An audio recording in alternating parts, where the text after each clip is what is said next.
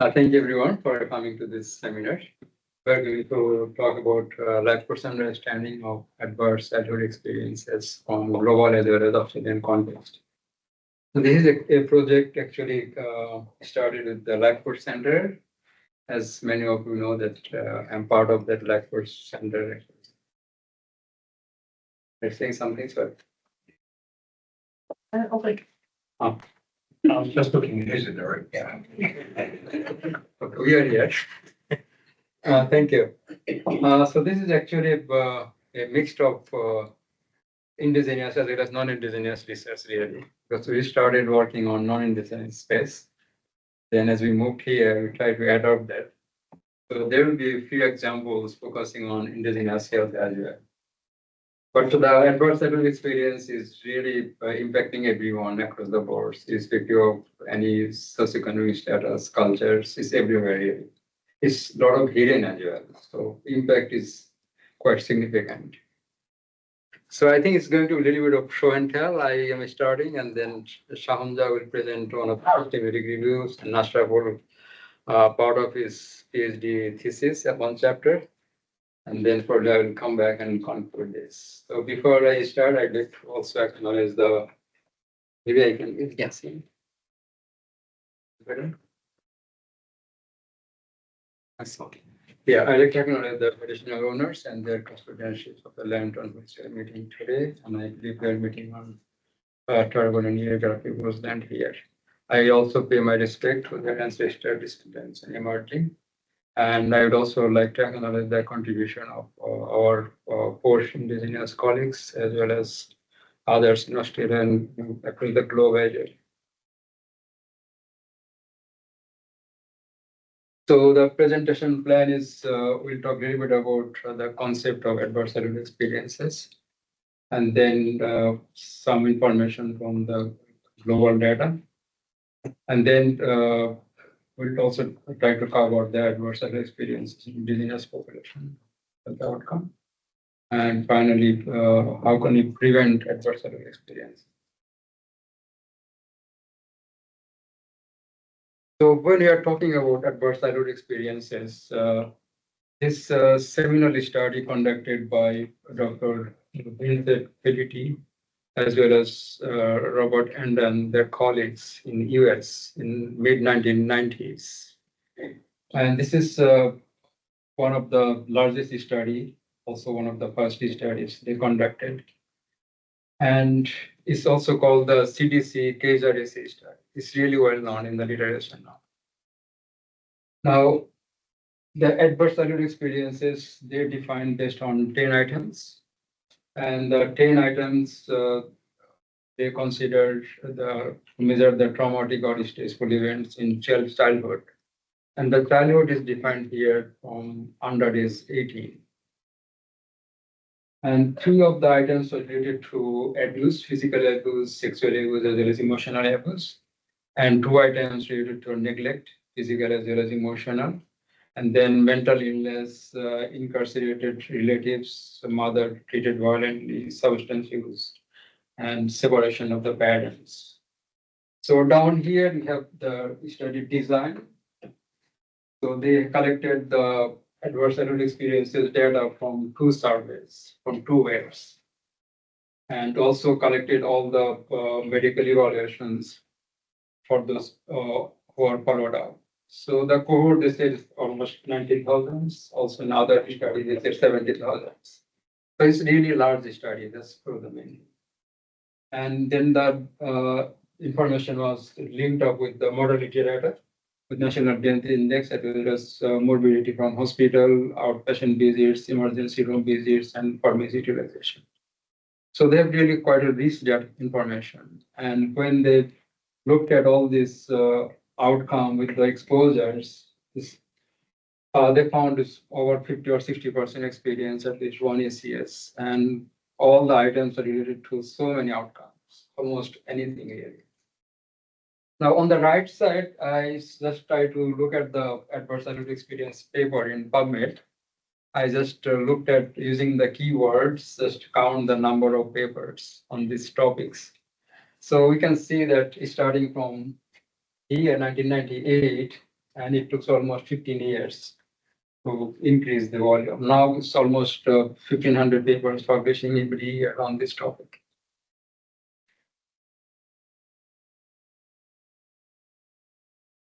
So as I said, the burden is really high. 3 in 5 adults reported at least one ACS, and 1 in 6 experience 4 or more adverse event experiences. And this is really coming from one of the largest meta-analyses where they try to combine over 200 different articles. And as expected, the females, as well as several racial or ethnic minority groups, are greater risk for 4 plus ACS. And last year, there was another national study in Australia. Colleagues from QUT, Ben Matthews, they work on this NACMRC funded project at national level. And they conducted a survey engaging more than 8,000 adults. And they identified the child maltreatment in 5 different categories: physical abuse, sexual abuse, emotional abuse, neglect, and exposure to domestic violence. And they published a series of papers as supplementary in MGA last year. So in Australian setting, this probably one of the largest study actually. Now, when you see the global study again for indigenous populations, these numbers are significantly higher. It's almost 80%, equaling at least to 1 ACS, and 41% is 4 plus, which is quite huge actually. In Australia also, there are some data is saying nearly 2 in 3 indigenous children are exposed to at least 1 ACS.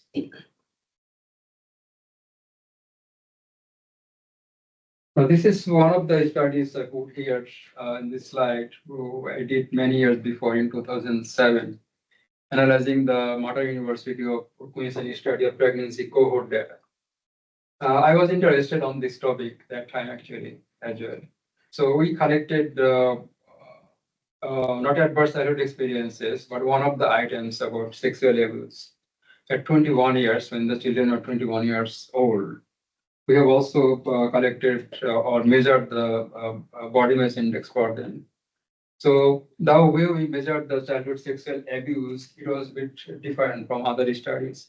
It's not just yes or no. They reported based on a series of questions, and then we can put them together in 3 different categories: no sexual abuse, non-penetrative, and penetrative.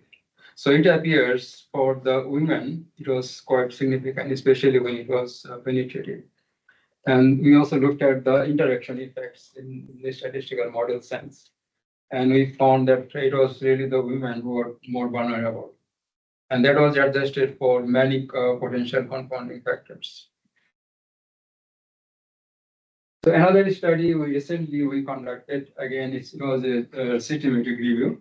And we are interested to see whether adverse childhood experiences is contributing to the pregnancy outcomes for both mother as well as for the children.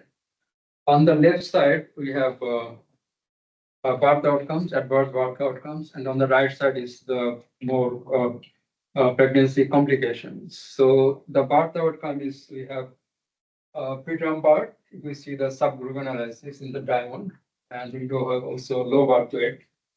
So on the right side here, you can see the estimated effect size in terms of odds ratios. So women who experience adverse childhood experiences, then the risk of experiencing adverse birth outcome is 1.31 in odds ratio. And on the right side, we looked at the outcome of gestational diabetes, then mental health depression, then hypertension in pregnancies. So all are really associated with the adverse childhood experiences even in pregnancy. So the impact of adverse childhood experiences is quite significant, as I mentioned. So it predict almost any adverse health outcomes.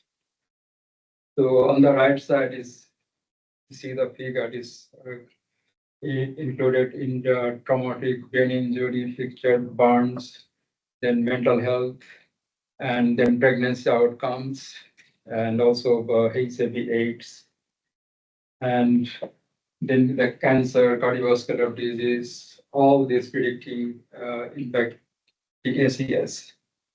And when you see in terms of the disease burden, at least 5 of the top 10 leading causes of death are associated with this personal experiences.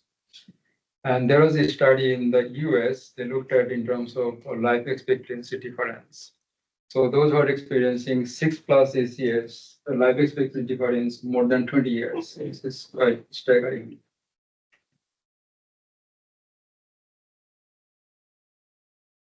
So this figure is simplified the interplay of adversities, context, and human development.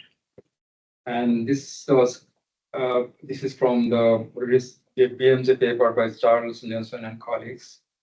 They have reviewed all the papers and really synthesized in interesting ways. And they looked at probably more than 100 different outcomes that are associated with not adverse childhood experiences, but they looked at mainly the adversity. So the adversity, adverse childhood experience, traumatic events, they are all similar, but not exactly same. And this is, I think, this part is important here. When you're thinking about adversity or adverse childhood experiences, we also need to think about how the exposure was measured. Is this considering the duration of adversity? Or is the frequencies of adversities and interaction with them? Because most of the adverse childhood experiences items are highly correlated as well. And also the type of adversity and the timing in terms of the development stages. And this all can have impact over the life course in childhood, adolescence, as well as adulthood.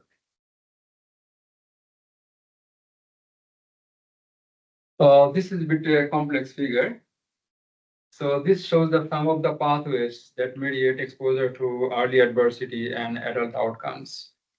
So if we focus on the left side of the figure, which is where the childhood psychosocial adversity starts, and it's really the care environment that mediates the stress that can include prenatal maternal stress, depression, postnatal caregiver inability, then depriving environments, child abuse, neglect, and then comes to the time period in life. Is it sensitive period effect?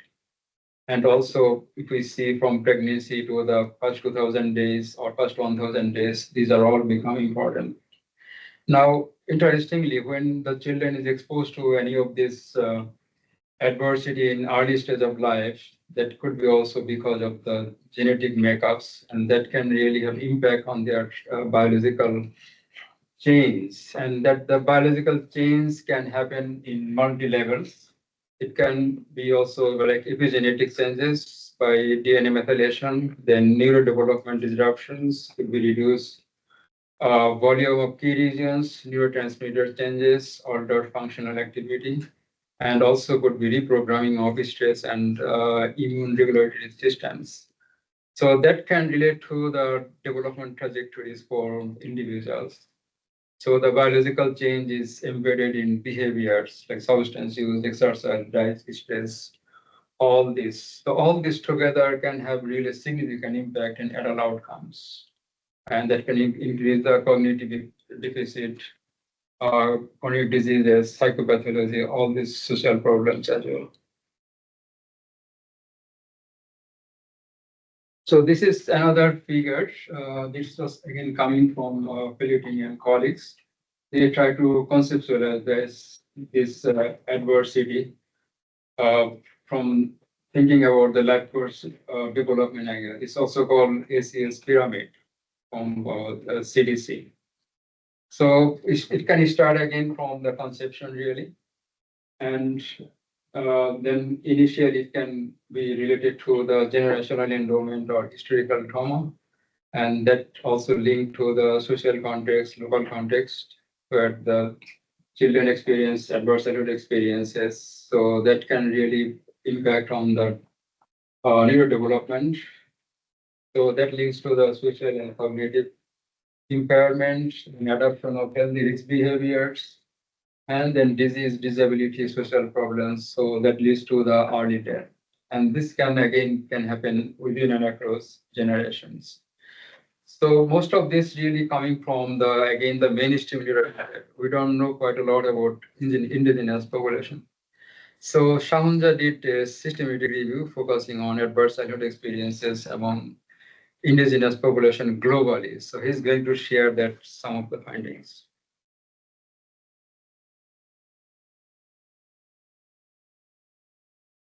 Uh, Thank you very much, Professor Mamun. Before I start, I would like to acknowledge the Turrbal and Niagara people, the traditional owner of this land where I'm standing right now. I also like to show my respect to the ancestor and descendant for their continued cultural connection to this country. So, as Professor Mamun has already said, that the overall impact of adverse childhood experience, irrespective to the ethnicity. So, we also plan to do is also wanted to know the scenario of AC over the First Nations people across the world. So we conducted a systematic review with a specific aim to know the current adverse childhood experience measurement tools. What are the types of ACE? What is the association of different types of ACE with the problematic health outcome? And if there is any existing prevention strategy to prevent ACE. So we followed the standard procedure for the systematic review. We followed the PRISMA guidelines, which stands for preferred reporting items for systematic review and meta-analysis. We included all peer-reviewed articles and gray literature that had information on the prevalence of AC or the types of AC or their association with problematic health outcome or if they have any prevention strategies. So we included all full text original articles in English literature. And we also did a quality assessment to see the methodological quality of the articles by using a modified Newcastle Ottawa scale for observational studies. Before we start, we registered our protocol with Prospero to avoid any duplication. So this is the Prisma flow chart. We used 5 search engines to search our articles. And out of around 2,500 articles, we went through a systematic process, and finally we included 56 articles for review. So this is the methodological quality of our reviewed articles. We have found that around 43% were high quality, were scored 8 to 9 out of 10, and another 57% was moderate to good quality articles and scored 6 to 7 out of 10. Most of the studies were published from USA, followed by Canada, and we also found 4 studies from Australia.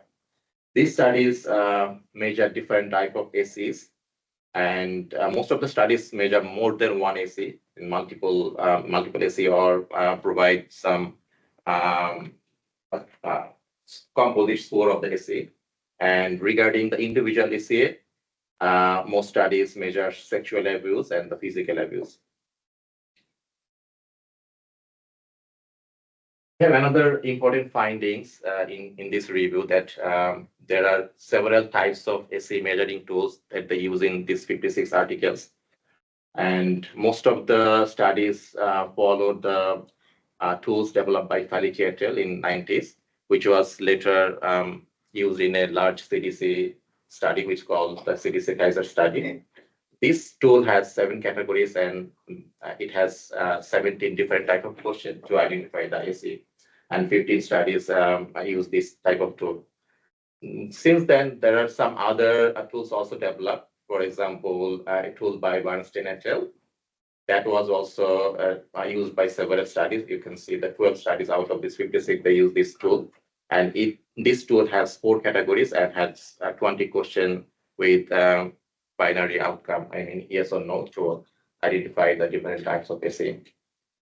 World Health Organization also developed a tool which they called AC International Questionnaire.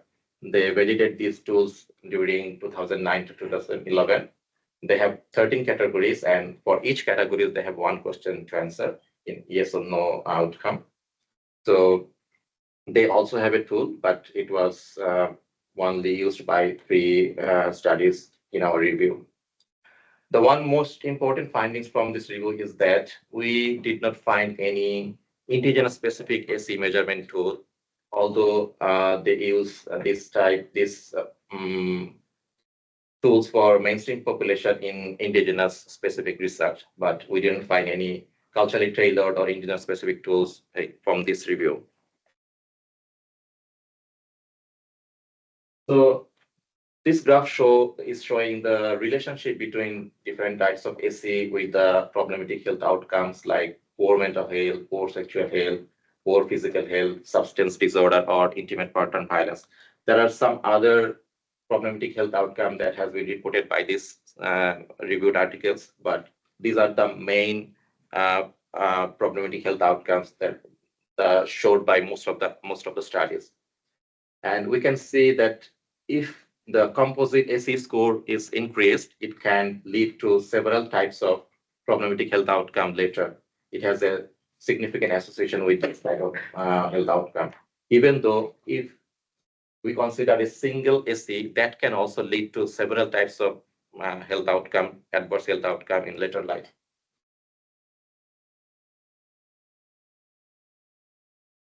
Another findings from this review is that in terms of the problematic health outcome, most of the studies consider different types of mental health outcome as a problematic health outcome, such as depression, dementia, conduct disorder, alcohol or drug abuse, suicidal ideation, etc. But only 3 studies measured the physical health outcome with adverse childhood experience. These physical outcomes like overall health condition, STI, hepatitis C infection, HIV, sleep disorder, and one studies they measured the cardiometabolic risk factors. And 9 studies they used both mental and physical health outcome with ACE. So in summary, or the take-home message from this systematic review is that although there are several standard AC measurement tools, there is no culturally tailored AC measurement tools for indigenous people. So we have further work to do to assess the need to develop the indigenous specific tool for measuring AC. Like the overall population, AC also have a significant impact or association for several types of problematic health outcome among the indigenous population across the globe.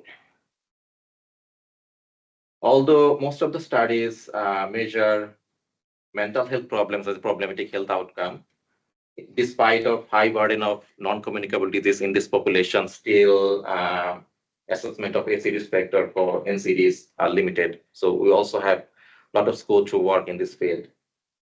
And although we try to identify the preventive factor for AC, we didn't find a single literature that mentioned the existing prevention strategy to prevent AC and to prevent problematic health outcome. So the PhD candidate Ashraful Alam did a research to know the socio-demographic predictors, especially the predictor that can prevent AC in his study. So we can learn more about from his study. Thank you. Thank you, Dr. Shaunja.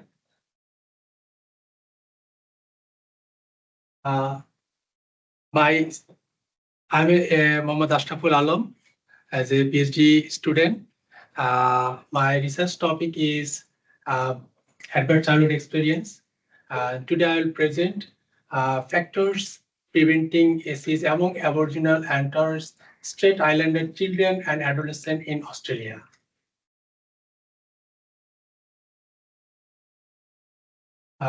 This study aims to examine the prevalence pattern and factors associated with ACEs as well as predictive factors that mitigate ACEs among Indigenous children and adolescents in Australia.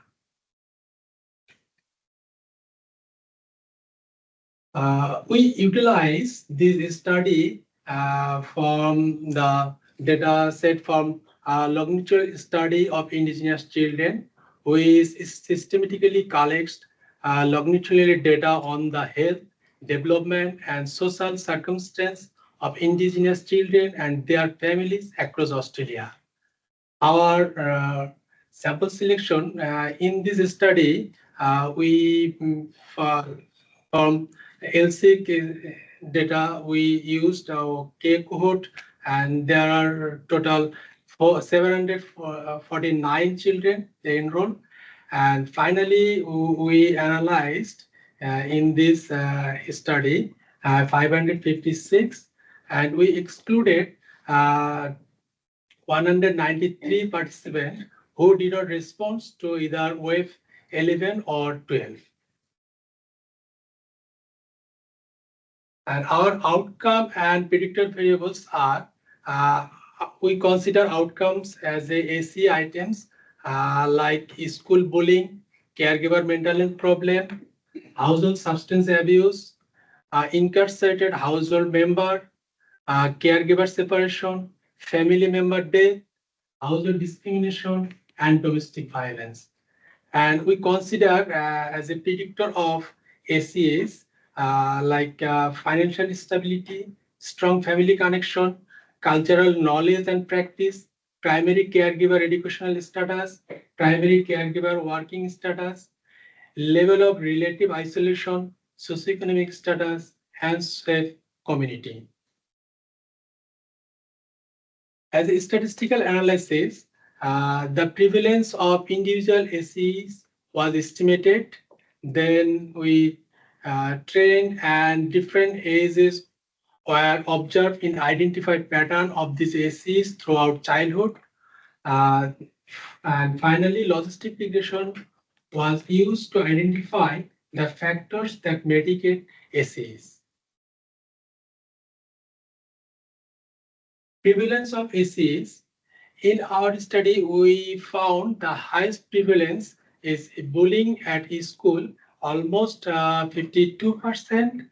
And second highest is household discrimination, this one around 49%. And we found lowest prevalence caregiver mental health problem, 24%, and family member death, around 21%.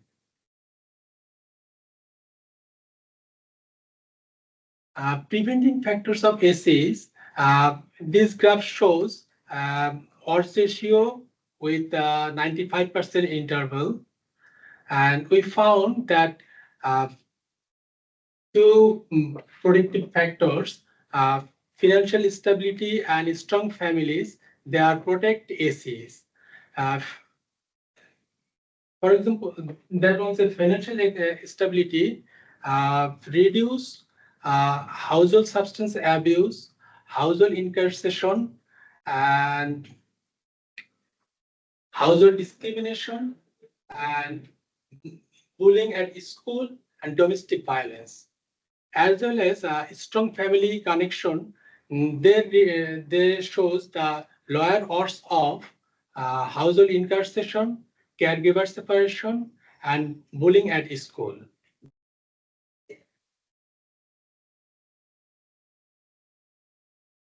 In a summary, this study identify a high prevalence of AC among indigenous children in Australia.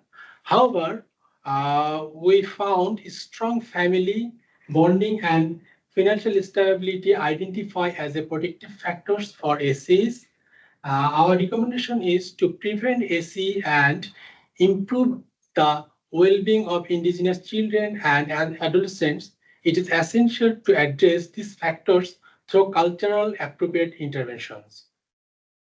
And next part will be described.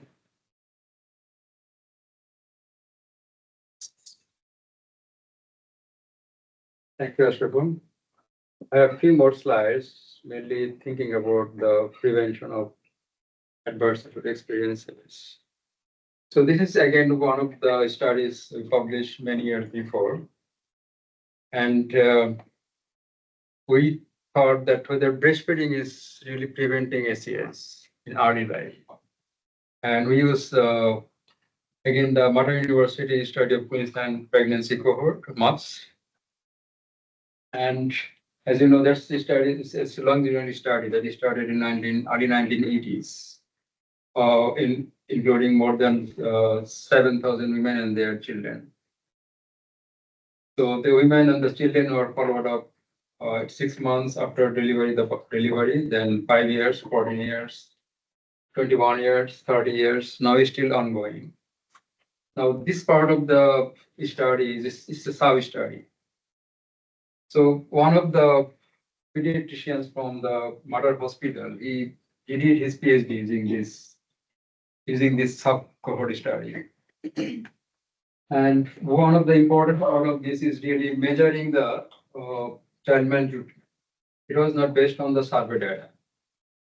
So what he did in 2000, he went back to almost 20 years data in constant child protection records. So he looked at all the records over 20 years and identified the child maltreatment based on the report. There was a specific case report at it. And also identified who was the perpetrator. That was reported in that document as well. So he did really massive work on this. And then this data was linked with the MUPS study, cohort study. So here is the summary actually really. So from 7,223 children, so 780 children were reported to Child Protective Services between 1981 and 2000 for suspected child abuse or neglect. And finally, 512 children had at least one substantiated maltreatment episode. And some children have really multiple episodes, could be up to 15 or even 17. And then substantiated neglect was reported in 271 cases, emotional abuse 268 cases, physical abuse 286, and the sexual abuse was 146 cases. So I think one of the important part is we only thinking more about all this abuse and SES, but who is the perpetrator? So he looked at that as well. And if you see on this table here, it's a bit, I think its font size is pretty small, but you see here maternal, non-maternal. And if we see the numbers here with relating to the substantial maltreatment episode, so the maternal or the mother or father, they're the main perpetrators for most of the abusive cases here. And if you see the non-maternal cases, there are some differential effect depending on which maltreatment episode you're considering. But again, you see that the close person, they are the main perpetrator here in this. Now we measured the breastfeeding status at 6 months follow-up. And then we did some statistical modeling using logistic regression or multi-linear regression. See the risk of breastfeeding with maltreatments. The next slide.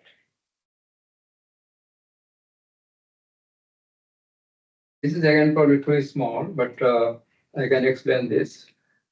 So you can look at the adjusted odds ratios. Outcome is substantiated maltreatments. So the first one is any maltreatments. Second one is neglect, emotional abuse, and physical abuse. So on the left side, you have the breastfeeding, not at all, less than 4 months, 4 or more months. We collected data at 6 months follow-up. So many women still continued breastfeeding. So that's the reason we divided in 3 categories. So we can see that if mother were not breastfeeding or less than 4 months, right? So the risk of any maltreatment is in terms of odds ratio more than 2 across the board. Now on the right side here, this one is adjusting for other maltreatments. So this is something we don't see in the literature. We are always considering all the items separated, but they're also highly correlated. So here, what you see that is the when you adjust for other maltreatments, we found that is the neglect. That's probably the most important one. And when you look at how they neglected, who is the main perpetrators, it was 60% or 60% really mother. So this is quite interesting study. It was published in at that time in pediatrics. Now, using this sub-study, now I think we have published more than 15 or 20 articles on these areas.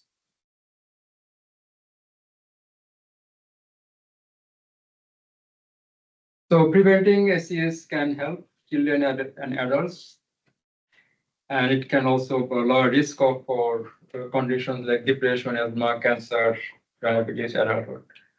So there are so many benefits really, and most of the SES items are preventable anyway. And on the right side, CDC did some studies here in three different domains: health conditions, health risks, behaviors, as well as socio-demographic challenges. So preventing all of them has really strong benefits.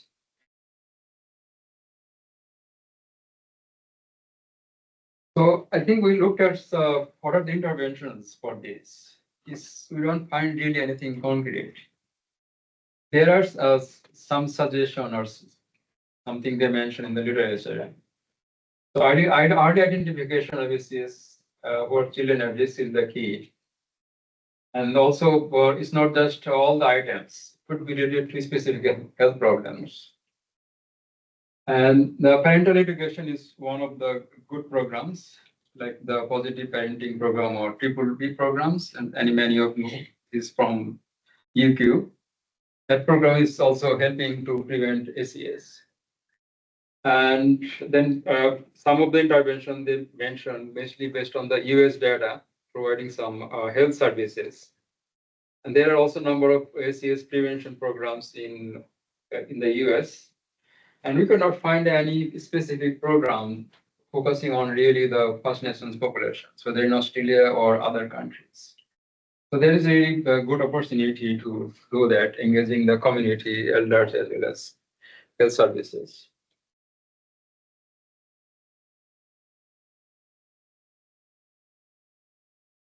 Okay. I think the prevalence of SES are very high, irrespective of socioeconomic status and cultures and regions. And we see that most of the studies are published still really coming from the highly developed countries. We still don't know on these areas from the low and middle income countries. So there's a huge gap. And even thinking about the First Nations population globally. So SES have both physical as mental health impact over the life course across generations. And when thinking about all the items, we find that child abuse and neglect are probably the most important one. And also understanding the psychopathology or mechanism is very challenging. There are lots of studies now looking at the genetics, also the biological markers.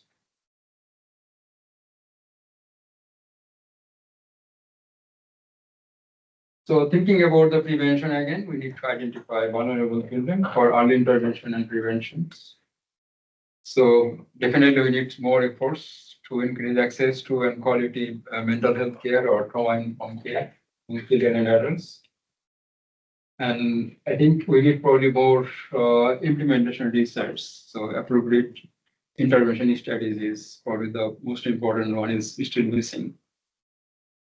And prevention and management of SES in First Nations populations are under research. That's we found. That's probably my last slide.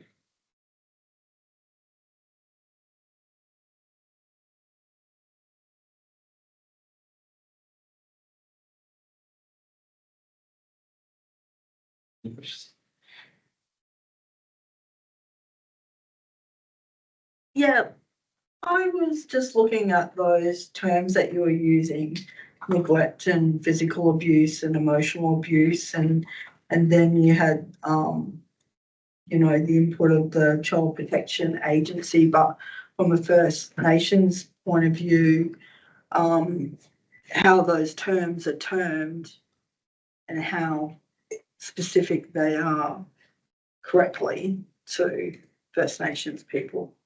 So, and also input of Child Protection Agency in there can be very skewed. Yeah.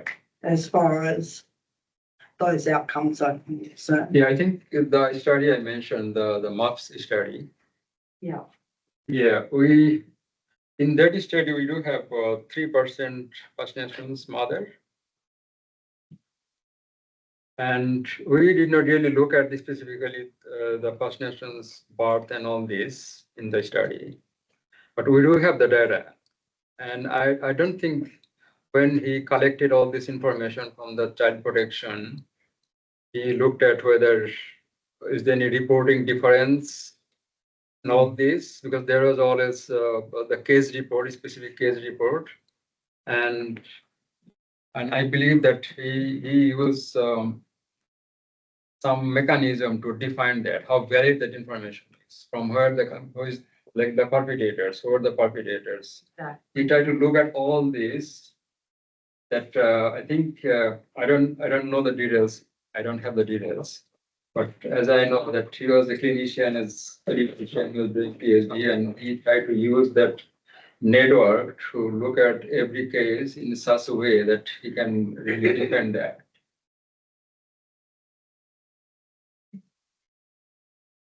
So many questions, but yeah.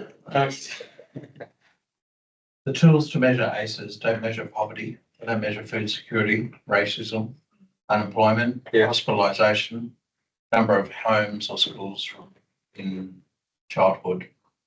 And they're all pretty common things, I think, Yeah. in our population. So to me, there's a lot of us in this room who've probably got a score of a very high ACEs score. Yeah. In there, according to those criteria.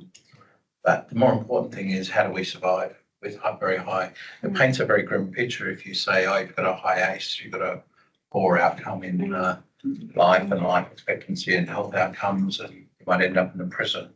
But actually, a lot of us survive. So I think that's pretty important to work out.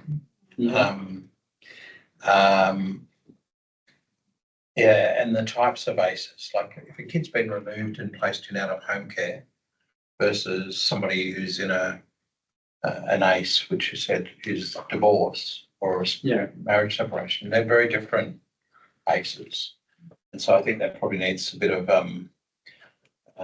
scaling on the indicators collected. So I definitely agree that if you're going to pursue an ACE collection tool, it has to be specific to populations. Yeah. But then, some of them, some of them are going to have great impact, and some of them they're not going to be people just survive. That's the way we've done it. Deaths, I think, is another one that's probably not recorded up there. I don't think. The main scale now. Yeah. And then what to do about it, like cultural programs at school, Indigenous programs, Indigenous schools, I think are probably important to mitigate ACEs. I think working on brain plasticity, there's a whole science around brain plasticity, preventing inflammation, which is an outcome of ACEs. There might not be much written, but actually I think there's probably a lot we could do about making people flourish or thrive better who are experiencing ACEs. Yeah. No, thank you, James. I think there are so many questions there you mentioned. Yeah. Especially if I think we could not really find any tool that can measure the ACEs for the national population. Yeah. And even, I guess, some of the tools, they are used mostly in the developed countries, as I said. Yeah. Nothing is in the lower middle income countries. Yeah. And in some cases, we have seen like for school bullying.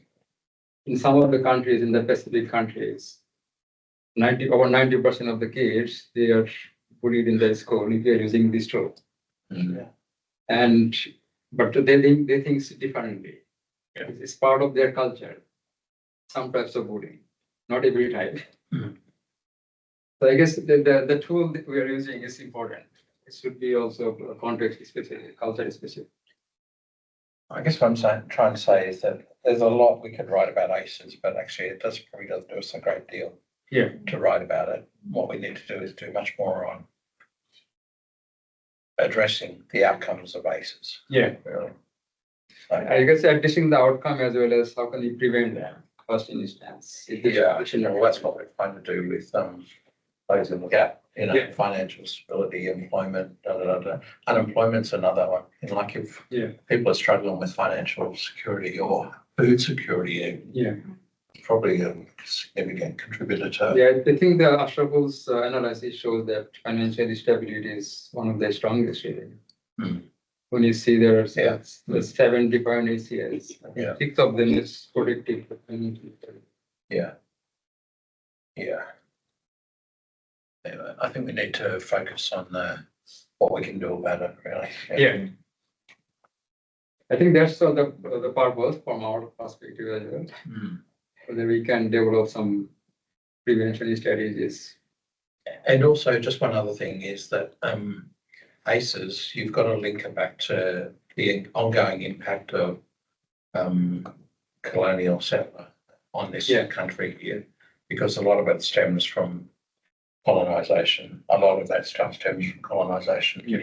And I think you can't kind of write a paper without acknowledging the ongoing impact of colonisation, because it really is a major issue. Yeah.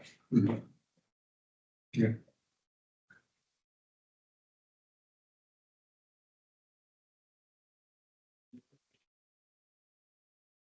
Any question online?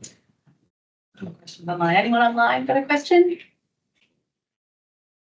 Type it in the chat.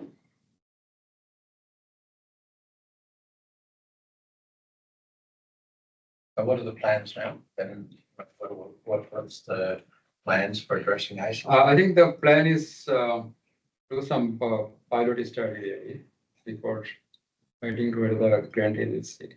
We don't have anything yet at this stage. We need to engage with the communities and see from the communities' perspective. I guess the problem is trying to get a grant to address ACEs. They're long-term cohorts really, aren't they? I think it's not really non-term because we see the prevalence or incidence of ACS is happening really early stage in the first few years. Hmm. And some of the ACS is happening in the first 2 or 3 years really. So even if you're thinking like first 2000 days concept, and we can think about the prevention of ACS in early stage of life, because there will be more benefit at it. So we can take this some sort of concept, engage with the communities. We can develop something. Hmm. At this stage, we don't see anything here.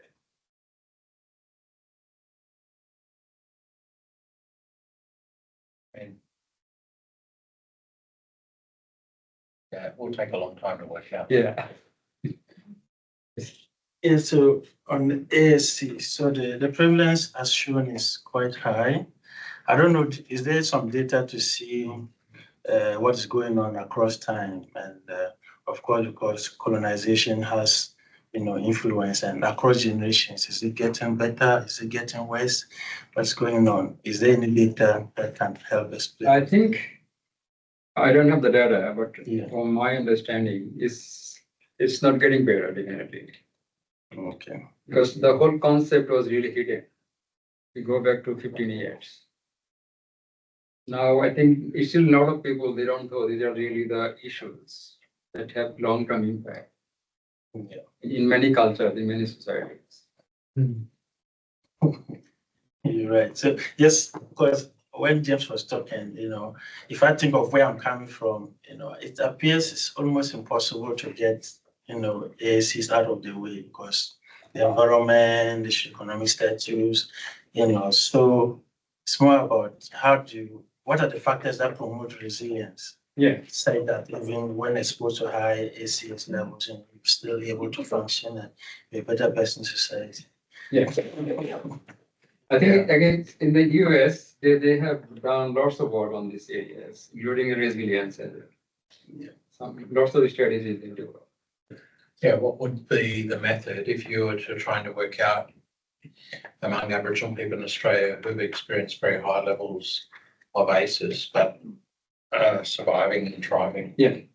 What would be the methodology? Yeah. I don't know this answer actually. But that's, I guess- I mean, that is something to be, I think, that's part of the answer is. yeah, definitely. I think we need to listen them really. Yeah, How do you think? How do you think is something they can solve? yeah.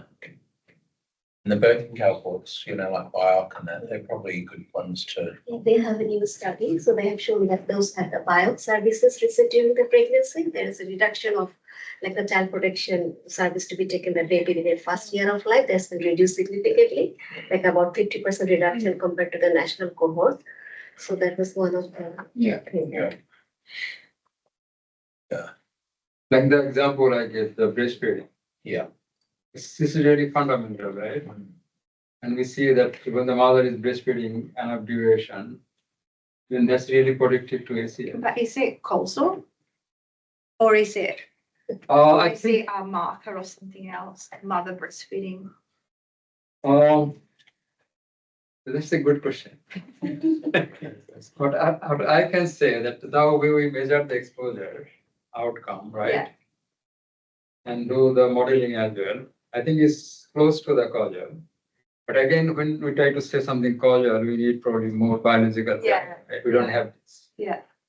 I think there's the time varying confounding as well. We looked at lots of confounding factors. The barcode study, there are many actually. But I think MUS doesn't have like well-done survey intervals, like to control that time varying confounding. We only looked at breastfeeding at 6 months, Yeah. right? And you have the exposure data from birth to 15 years old. And we looked at their child behavioral problems, child growth, for example, and mental attachment, their IQ, their cognitive development, it's a range of factors. Yeah, the attachment is Yeah. founder as well. It's like it's a non-pathway, so. But of course, we do have Yeah. limitation as well because we don't have a lot of information from the parents. Yeah. We do have a lot of information about the tobacco, alcohol, and all this. So nothing really explained. But in the literature, I think they're suggesting is probably the, what do you call it? It's like stress release hormone, right? Or what do you call it? It's oxytocin, right? Oxytocin. Yeah, it's the release of oxytocin that can really more probably prevent it. During the breastfeeding. Is it on the mother or the baby as well? The oxytocin. I think it says more.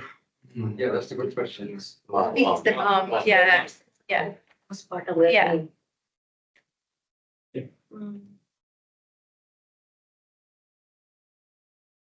I think this program, if it's going to be developed up over a period of time, will benefit from a national Aboriginal advisory group. And because actually there's so many risks in it for our population in the way it's portrayed.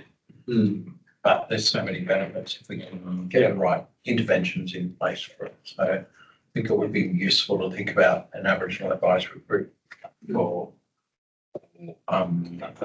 ACEs. Yeah. It's a very negative discourse or a narrative. Yeah. Potentially we want to kind of move away from that and work out what we're doing about it. I don't think we need any more descriptives for these to Yeah, but definitely not. tell us. Yeah. I think considering a mixed method as well, bringing in, we know that the quantitative data tells one story, but having, voices of community Yeah, to help interpret what that means. yeah. So that part is still missing actually.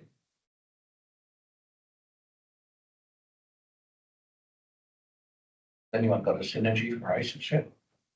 Oh, I have not seen actually. Good topics.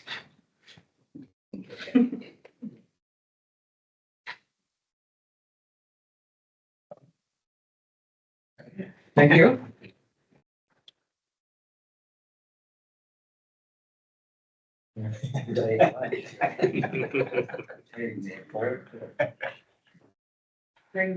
Thank you very much, Jeff.